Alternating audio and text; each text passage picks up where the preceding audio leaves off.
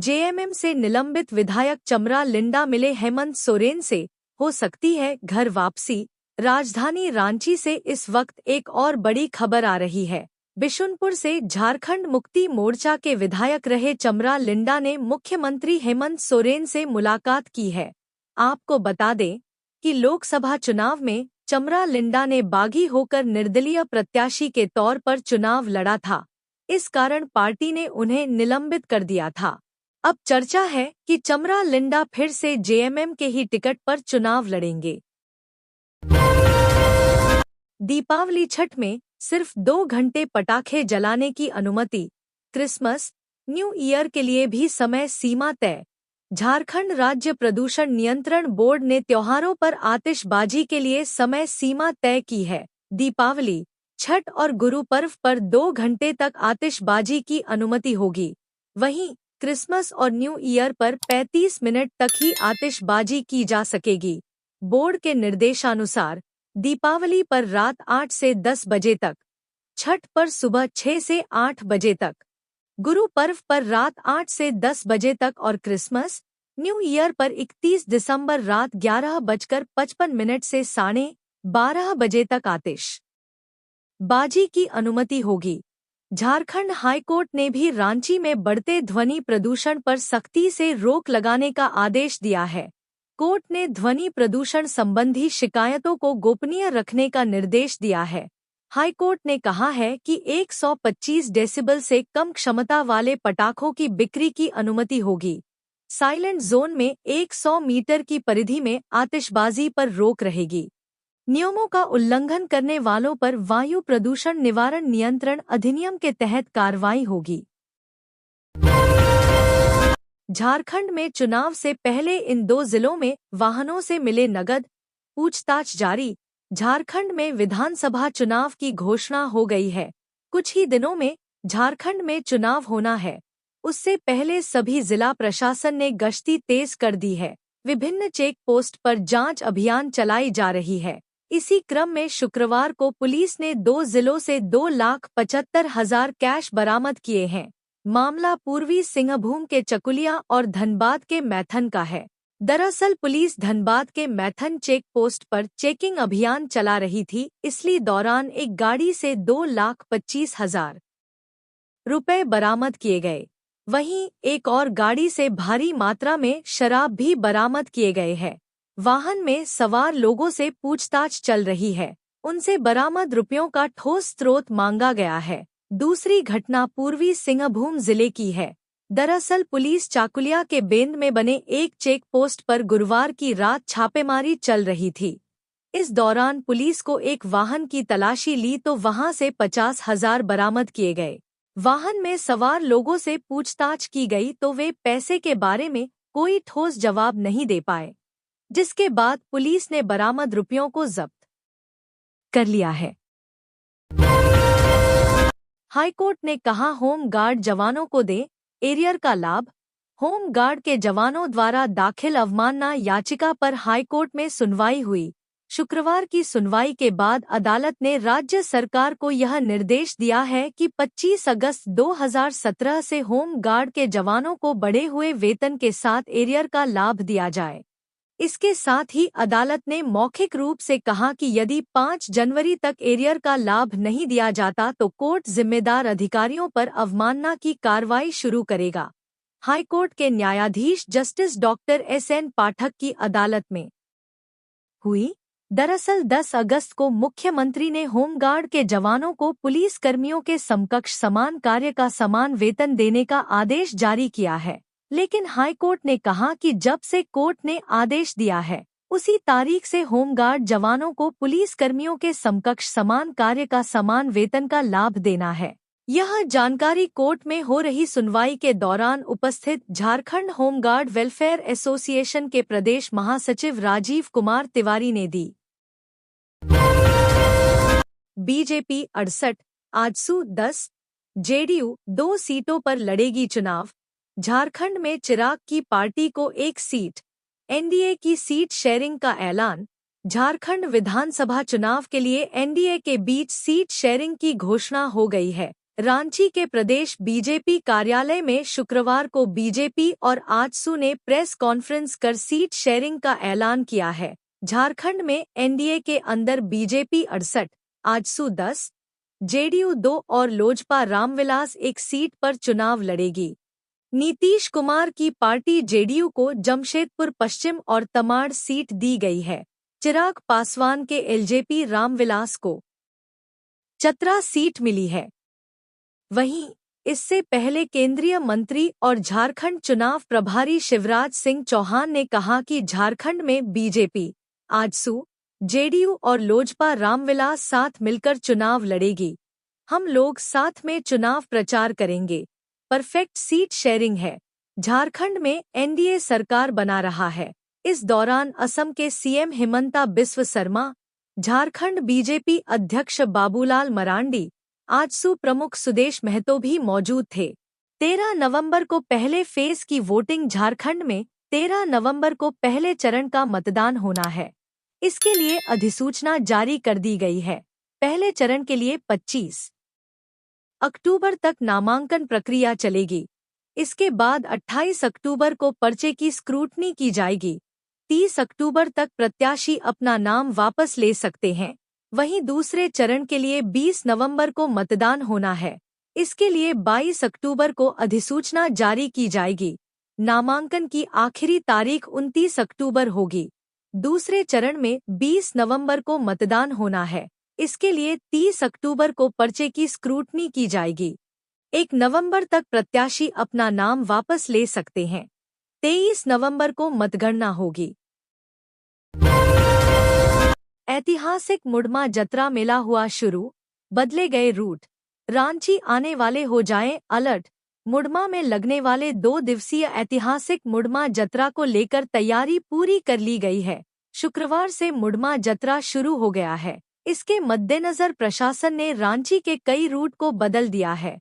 प्रशासन द्वारा अधिसूचना जारी कर NH 39 का रूट डाइवर्ट कर दिया गया है। यह मेला इस साल 18 और 19 अक्टूबर को आयोजित हो रहा है। रांची जाने वाले मांडर से बुढ़मू ठाकुर गांव होते हुए कांठी टांड होते हुए जा सकते हैं। वहीं आने वाले लोग नगड़ी से बेड़ो टांगर बसली होते हुए मांडर आ सकते हैं। रूट डाइवर्ट का मैप जारी कर दिया गया है। वहीं मेला में निगरानी को लेकर 9 वॉच टावर सहित 15 CCTV लगाया गया है। सुरक्षा को लेकर लगभग 500 की संख्या में पुलिस बल तैनात है। एनडीए को डबल झटका। बीजेपी के केदार हाजरा और आजसू के उमाकांत रजक ने थामा झामुमो का दामन। इस वक्त की बड़ी खबर यही है कि जमुआ से बीजेपी के विधायक और चुनाव प्रबंधन समिति के सदस्य केदार हाजरा ने झारखंड मुक्ति मोर्चा का दामन थाम लिया है। मुख्यमंत्री हेमंत सोरेन के आवास पर भाजपा विधायक केदार हाजरा और आजसू के पूर्व विधायक उमाकांत रजक ने झामुमो की सदस्यता ग्रहण कर ली है। मुख्यमंत्री हेमंत सोरेन ने दोनों को झामुमो की प्राथमिक सदस्यता ग्रहण करवाई है। इस दौरान दोनों नेताओं के सैकड़ों समर्थकों ने भी झामुमो की सदस्यता ग्रहण की है। जानकारी के अनुसार झारखंड मुक्ति मोर्चा जमुआ से केदार हाजरा को अपना उम्मीदवार बनाएगी तो वही चंदनक्यारी से उमाकांत रजक को अपना उम्मीदवार बनाने जा रही है। झारखंड कोयला चोरी मामले में सुप्रीम कोर्ट ने CBI जांच पर लगाई रोक। झारखंड के धनबाद में कोयला चोरी और उसमें पुलिस की संलिप्तता के मामले में सुप्रीम कोर्ट ने झारखंड हाईकोर्ट के आदेश पर रोक लगा दी है। दरअसल झारखंड हाईकोर्ट के जस्टिस संजय कुमार द्विवेदी की अदालत ने 3 अक्टूबर को इस मामले में CBI को निर्देश दिया था कि वह सभी प्रतिवादी पुलिस अधिकारियों की जांच करे।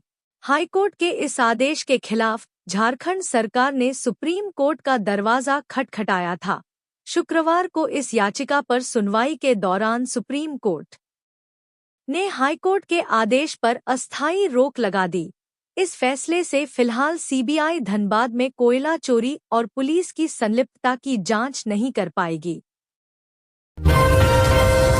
सीएम हेमंत सोरेन ने राधास्वामी सत्संग ब्यास के आध्यात्मिक प्रमुख से की मुलाकात। झारखंड के मुख्यमंत्री हेमंत सोरेन ने शुक्रवार को राधास्वामी सत्संग ब्यास, अमृतसर, पंजाब के आध्यात्मिक प्रमुख बाबाजी गुरिंदर सिंह ढिल्लों एवं हुजूर जसदीप सिंह गिल से मुलाकात की। मुख्यमंत्री ने उनसे अपने काके स्थित मुख्यमंत्री आवासीय कार्यालय में मुलाकात की। इसकी जानकारी मुख्यमंत्री ने सोशल मीडिया हैंडल एक्स पर फोटो साझा कर दी। मुख्यमंत्री ने कहा कि स्वामी सत्संग एक आध्यात्मिक मार्ग है जो व्यक्तिगत और सामाजिक स्तर पर गहरा रूपांतरण लाने की क्षमता रखता है। यह मार्ग जीवन के प्रति एक नया दृष्टिकोण प्रदान करता है जो लोगों को आंतरिक शांति और आत्म जागरूकता की ओर ले जाता है। ईडी ने की आलमगीर और संजीव लाल पर एफआईआर दर्ज करने की अनुशंसा, कहा दोनों की मिलीभगत से हुआ 56 करोड़ का घोटाला। ईडी ने आलमगीर आलम और पीएस संजीव लाल पर एफआईआर दर्ज करने की अनुशंसा की। दोनों ने मिलकर किया 56 करोड़ का घोटाला। झारखंड सरकार के पूर्व मंत्री आलमगीर आलम ने ग्रामीण विकास विभाग में कमीशन खोरी के जरिए करीब 56 करोड़ रुपए की अवैध उगाही की थी। इस बात का खुलासा प्रवर्तन निदेशालय की जांच रिपोर्ट में किया गया है। इस पैसे की वसूली ग्रामीण विकास विभाग, जेएसआरआरडीए, आरडीएसडी और आरडब्ल्यूडी में तैनात चीफ इंजीनियर, एग्जीक्यूटिव इंजीनियर और सहायक इंजीनियरों के जरिए की गई थी। ईडी के दस्तावेज की माने तो प्रत्येक टेंडर के लिए मंत्री आलमगीर को 1.35% दिए गए हैं। वहीं इसमें इंजीनियरों और नौकरशाहों का भी हिस्सा होता था जो 1.65% रहा।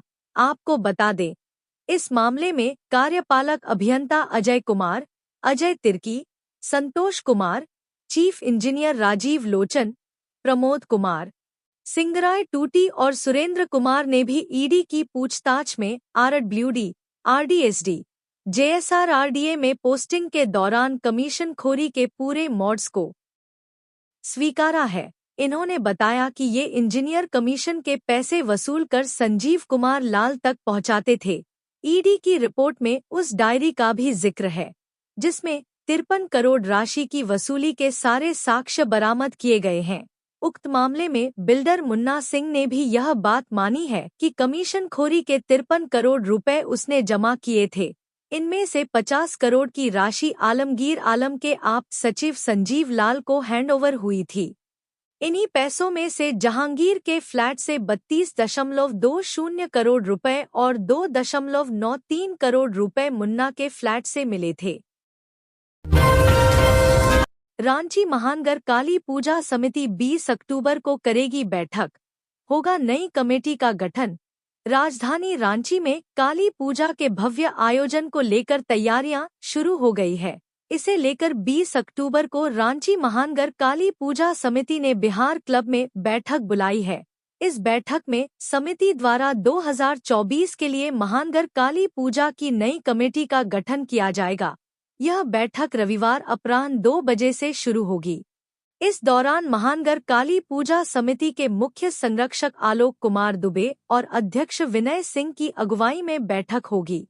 बैठक में राज्य के वित्त मंत्री डॉ रामेश्वर उरांव, प्रदेश कांग्रेस अध्यक्ष केशव महतो कमलेश, रांची विवि के कुलपति अजीत कुमार सिन्हा, समाज सेवी लाल किशोर नाथ शाहदेव और डॉ राजेश गुप्ता सहित अन्य लोग शामिल होंगे। 19 अक्टूबर के बाद कांग्रेस जारी करेगी उम्मीदवारों की पहली सूची, गुलाम अहमद मीर ने बताया। झारखंड कांग्रेस के प्रभारी गुलाम अहमद मीर रांची पहुंच गए हैं। हाल ही में वह जम्मू कश्मीर के दूरू सीट से जीते हैं। जीत के बाद पहली बार वह बुधवार को दिल्ली आए और गुरुवार को रांची पहुंचे हैं। एयरपोर्ट पर कार्यकर्ताओं ने उनका स्वागत किया है। इस दौरान गुलाम अहमद मीर ने बहुत ही अहम बात कही है। उन्होंने कहा है कि 19 तारीख के बाद कांग्रेस की पहली सूची जारी की जाएगी। 19 अक्टूबर को कांग्रेस नेता राहुल गांधी भी रांची आ रहे हैं, जिसके बाद सेंट्रल इलेक्शन कमेटी की बैठक होगी। बैठक के बाद संभवत 21 तारीख को पहली सूची जारी कर दी जाएगी। उन्होंने कहा है कि लगभग सीट शेयरिंग का फॉर्मूला तय हो गया है। 17 से 19 तारीख तक लगातार बैठकों का दौर चलेगा। इसी बीच गुलाम अहमद मीर मुख्यमंत्री हेमंत सोरेन से भी मुलाकात करेंगे और सीट शेयरिंग को लेकर जो भी बातें हैं उसे स्पष्ट करेंगे। हाईकोर्ट ने खनन सचिव को सशरीर उपस्थित होने का दिया निर्देश। निशांत अभिषेक एवं अन्य की ओर से दाखिल याचिका पर सुनवाई करते हुए हाईकोर्ट ने खनन सचिव को 25 नवंबर को सशरीर उपस्थित होने का निर्देश दिया है। कोर्ट ने सेवा संपुष्टि का आदेश दिया था, लेकिन आदेश का अनुपालन नहीं किया गया। सुनवाई के दौरान प्रार्थियों की ओर से कोर्ट में कहा गया कि यह अदालत के आदेश की अवहेलना है। इस मामले की सुनवाई हाईकोर्ट के न्यायाधीश जस्टिस डॉक्टर एस.एन. पाठक की कोर्ट में हुई। प्रार्थियों की ओर से वरीय अधिवक्ता अजीत कुमार और अपराजिता भारद्वाज ने बहस की। विधानसभा चुनाव को लेकर पलामू में सीआरपीएफ की हुई तैनाती। बूढ़ापहाड़ से लेकर बिहार सीमा चलाया जाएगा डिमाइनिंग अभियान। विधानसभा चुनाव को लेकर केंद्रीय रिजर्व बल की तैनाती शुरू हो गई है। पलामू, गढ़वा और लातेहार में विधानसभा चुनाव को लेकर 4-4 कंपनियां सीआरपीएफ उपलब्ध करवाई गई हैं। सीआरपीएफ की टुकड़ी इलाके में कॉन्फिडेंस बिल्डिंग, डिमाइनिंग और एंटी नक्सल अभियान का नेतृत्व करेगी। सीआरपीएफ की सभी कंपनियों की तैनाती नक्सल प्रभावित इलाकों में की जा रही है। पलामू में सीआरपीएफ को महूदंड, छतरपुर, मनातू और कसमार के इलाके में तैनात किया जा रहा है। पलामू के डीआईजी वाईएस रमेश ने बताया कि पलामू, गढ़वा और लातेहार में सीआरपीएफ की अतिरिक्त कंपनियां मिली हैं। सीआरपीएफ की टीम कॉन्फिडेंस बिल्डिंग और फ्लैग मार्च करेगी। पलामू प्रमंडल के तीनों जिले नक्सल प्रभावित हैं। सीआरपीएफ की टीम बूढ़ापहाड़ से लेकर बिहार से सटे हुए सीमावर्ती इलाके तक अभियान चलाएगी। पुलिस और सुरक्षा बलों ने संवेदनशील इलाकों को चिन्हित किया है। संवेदनशील इलाकों में सीआरपीएफ लैंड माइन डिफ्यूजन अभियान चलाएगा। बूढ़ापहाड़ और बिहार से सटे हुए सीमावर्ती इलाकों में अतिरिक्त जवानों की तैनाती की योजना है। डिमाइनिंग अभियान में स्पेशल बीडीडीएस टीम भी शामिल रहेगी। हाईकोर्ट ने कहा, नहीं हुआ आदेश का पालन तो रोक दी जाएगी उच्च शिक्षा सचिव का सैलेरी। साहिबगंज जिला के बरहरवा कॉलेज में लेक्चरर पद पर कार्यरत अनिल कुमार एवं अन्य की अवमानना याचिका पर सुनवाई हुई, जिसमें हाईकोर्ट ने राज्य सरकार को निर्देश दिया है कि यदि 6 दिसंबर 2024 तक हाईकोर्ट की एकल पीठ के आदेश का पालन नहीं किया जाता है तो उच्च शिक्षा सचिव एवं निदेशक के वेतन निकासी पर 6 दिसंबर के बाद से रोक लग जाएगी। हाईकोर्ट के न्यायाधीश जस्टिस डॉक्टर एस.एन. पाठक की कोर्ट में इस मामले की सुनवाई हुई। प्रार्थी अनिल कुमार की ओर से अधिवक्ता संजय पिपरवाल और अधिवक्ता प्रिंस कुमार ने पैरवी की। दरअसल अनिल कुमार एवं अन्य को पंचम व छठे वेतनमान का लाभ नहीं दिया जा रहा था, जिसे लेकर उनकी ओर से हाईकोर्ट में रिट याचिका दाखिल की गई थी।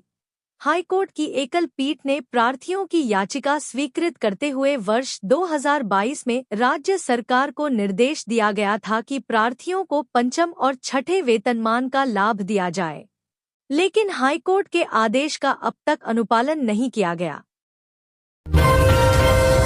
जनरल प्रत्याशी को 10,000 और एसटी/एससी को 5,000 देने होगी नामांकन फीस। झारखंड विधानसभा चुनाव की तैयारियां जोरों पर हैं। राज्य में 13 और 20 नवंबर को 2 चरणों में मतदान होंगे, जिसके पहले चरण के लिए अधिसूचना शुक्रवार को जारी कर दी गई है। रांची जिले के 5 विधानसभा क्षेत्रों तमाड़, रांची, हटिया, काके और मांडर में पहले चरण में चुनाव होंगे। इस अवसर पर रांची के डीसी वरुण रंजन ने समाहरणालय में एक प्रेस वार्ता आयोजित की और चुनावी प्रक्रिया की जानकारी दी। उन्होंने बताया कि 18 अक्टूबर से राज्य में चुनावी गतिविधियां शुरू हो जाएंगी और शुक्रवार से 43 सीटों पर नामांकन प्रक्रिया का शुरू हो गई है। पहले चरण के लिए नामांकन की अंतिम तिथि 25 अक्टूबर तय की गई है, जबकि 28 अक्टूबर को नामांकन पत्रों की जांच की जाएगी। प्रत्याशी 30 अक्टूबर तक अपना नाम वापस ले सकते हैं। नामांकन का समय सुबह 11 बजे से दोपहर 3 बजे तक निर्धारित किया गया है। जनरल प्रत्याशी को 10,000 और SC/ST को 5,000 रुपये नामांकन फीस देना होगा। दुकान में लगी आग, अग्निशमन विभाग की तत्परता से टला बड़ा हादसा। धनबाद के सिंदरी के शहरपुरा बाजार में बिजली के पोल के स्पार्क से दुकान में आग लग गई। इस दौरान आसपास के लोगों ने आग बुझाने के भरसक प्रयास किए, लेकिन आग बुझाने में नाकामयाब रहे। अंत में अग्निशमन विभाग की मदद से आग बुझाने में कामयाबी मिली। जानकारी के मुताबिक सिंदरी के शहरपुरा बाजार स्थित संजय पूजा भंडार से सटे बिजली के खंभे के केबल में हेवी स्पार्क से दुकान में आग लग गई। गुरुवार की रात तकरीबन 2 बजे आग लग गई और कुछ ही मिनट में पूरी दुकान को अपनी चपेट में ले लिया। आसपास के लोगों ने अपने घरों से पानी लाकर आग बुझाने का प्रयास किया। आग लगने के बाद वहां तैनात नाइट गार्ड रविंद्र कुमार ने इसकी सूचना चैम्बर के अध्यक्ष दीपक कुमार दीपू को दी। इसके बाद दीपक कुमार ने तुरंत इसकी सूचना बिजली विभाग को दी और बिजली पोल का लाइन कटवाया। इसके पश्चात फायर ब्रिगेड को सूचित किया। सूचना मिलने के बाद फायर ब्रिगेड दमकल की गाड़ियां लेकर पहुंचा और आग को नियंत्रित किया। इसके बाद अगल-बगल की दुकानों को जलने से बचाया और एक बड़ा हादसा टल गया।